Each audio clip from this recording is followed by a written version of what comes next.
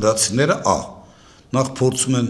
կամաց ասել Ադրբեջանին հասկացնել, որ տարածաշրջանի կարևորը դուք չեք, այլ մենք ենք։ Վրացիները Այո։ դրանք դրա պոտենցիալը հաստատ չունեն։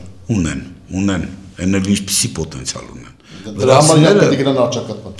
Ոչ մեկ է պետք է գնալ խելոք ժողովուրդ են կտեսնել լուծումներ, վրացիներ իրական խաչմերուկը վրացիներն են, որտեղ Ադրբեջանը ծով չունի։ Ընդունում եմ, բայց նրանք պետք է գնան առճակատման թուրքական աշխարհին։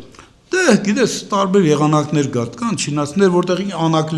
Անակլայում լուրջ պորտ են կառուցել, լրջագույն ու Վրաստանը իրենց համար լավագույն